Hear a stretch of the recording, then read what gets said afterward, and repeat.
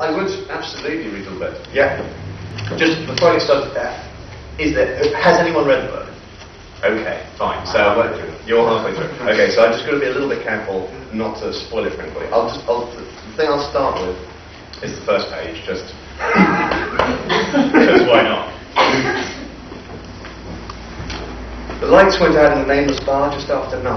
I was bent over the pool table with one hand in the bald patch behind the D, which Flynn the barman claimed was beer, but which was the same size and shape as Mrs. Flynn the barman's arse, nigh on a yard in the beam and formed like the cross-section of a cooking apple.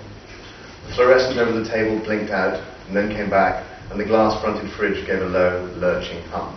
The wiring buzzed, and then it was dark. A faint sheen of static danced on the TV on its shelf, and the green exit lamp sputtered by the door. I dropped my weight into the imprint of Mrs. Flynn the barman's hands and played the shot anyway. The white ball whispered across the felt, came off 2 cushions, and clipped the 8 cleanly into a side pocket. Dot, dot, clonk. It was perfect. On the other hand, I'd been aiming for the 6. I'd given the game to Jim Hepzibah, and any time now when the power came back and everything was normal in the nameless bar, I'd pass the cue to my hero pal Gonzo, and Jim would beat him too. Any time now. Except that the lights stayed out and the hollow glimmer of the TV set faded away. There was a small, quiet moment, the kind you just have time to notice, which makes you feel sad for no good reason. And then Flynn went out back swearing like Billy O. And if your man Billy O ever met Flynn, if ever there was a cuss-off, a high noon kind of a thing with foul language, I know where my money'd be. Flynn hooked up the generator, which God help us was pig-powered.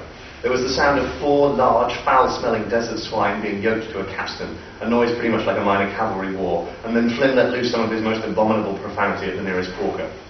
It looked as if it wanted to vomit and bolted. The others perforce followed it in a slow but steady progression about the capstan, and then pig number 1 came back around, saw Flynn ready with another dose and tried to stop. Lashed to the crosspiece and bundled along by its 3 fellows, it found it couldn't, so it gathered up its flab from itself and charged past him at piggy top speed, and the whole cycle accelerated until with a melodious oinking crunch, the generator kicked in, and the television lit up with the bad news. We stared at the screen and tried to make sense of what was on it. It looked for a moment as if the Jorgman pipe was on fire, but that was like saying the sky was falling. The pipe was the most solidly constructed, triple-redundant, safety-first, one-of-a-kind, necessary object in the world. We built it fast and dirty because there was no other way, and then after that we made it indestructible. There was absolutely no chance that it could imaginably, conceivably, possibly be on fire. It was on fire in a big way. Fuck, said Gonzo William Lubitsch, speaking for everyone. So that's the beginning, and I wanted to make an adventure. I talked about this earlier. I was so bored of writing small, so what I wanted was a save the world story, and I wanted, in a sense, I wanted a simple story. But at root, it begins with 2 guys in a truck whose job is to save the world, and then it becomes infinitely more complicated because it turns out that nothing is what it seems, which is sort of familiar to everybody in terms of stories and so on. Complication sets in. But so off they go in their truck. Then we get into, after a certain point, a flashback, which is essentially sort of their lives up to that point, and they're sort of my age, so it's quite a long flashback. And it explains how the world's got to the state it's in this kind of pig-powered generator world. And one of the ways that that's happened is that the world's gone to war with itself. Modern war is distinguished by the fact that all the participants are ostensibly unwilling. We are swept towards one another like colonies of heavily armed penguins on an ice floe. Every speech on the subject given by any involved party begins by deploring even the idea of war. A war here would not be legal or useful. It's not necessary or appropriate. It must be avoided. Immediately following this proud declamation comes a series of circumlocutions, circumventions, and rhetorico-circumambulations which make it clear that we will go to war, but not really, because we don't want to and aren't allowed to. So what we're doing is in fact some kind of hyper-violent peace in which people will die. We are going to unwar. The difficulty is what happens next, which is that various nations and groups of nations who are notionally friendly to one another and here for identical, similar or compatible purposes get into disagreements. The good kind of disagreement comes to an end with harsh words and apologies, but disagreements between men and women trained to kill and armed with the best weapons available are generally the other sort. Giving someone a jolly good talking to becomes an exchange of warning shots, and suddenly there's a minor battle going on. Minor battles become international incidents foster distrust, distrust fosters conflict. As a consequence of several small disagreements, we are now at war with the Joint Operational Task Force, the ADE Defense Initiative, the United Nations, the Army of Anikatir, the Free Kateri Pirates, the South Asian and Pan-African Strategic Fellowship, and on several occasions also ourselves, because accidents will happen. It's almost as if now that this place exists as a war zone, everybody feels it would be rude not to use it. I did a lot of reading for this. I am not a soldier, I've never served in the armed forces or anything like that. I knew I was going to get things wrong, and I didn't care. What I wanted, very, very much, was that if somebody came from that background, they would not read this and go, this is fabulous. They would go, this is wrong, but they would kind of go, yeah, okay, but it's wrong in the right way.